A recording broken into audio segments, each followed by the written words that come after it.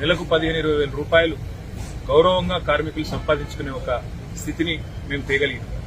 దయచేసి వాళ్ళ ప్రతి పాలసీ మార్చాలి అనేది ఒక విధానంగా పెట్టుకోకుండా మంచి జరిగితే ప్రజలకి దాన్ని కొనసాగించే ఆలోచన చేయండి. ఇక్కడ బతుకమ్మ ఆర్డర్లు, రంజాన్, క్రిస్మస్ ఆర్డర్లు, రాజీవ్ విద్యా మిషన్ లో భాగంగా స్కూల్ యూనిఫామ్లు ఇవన్నీ ఇవ్వడం వల్ల దాదాపు సంవత్సరానికి 9 నెలల దాకా ఉపాధి దొరికిన పరిస్థితి.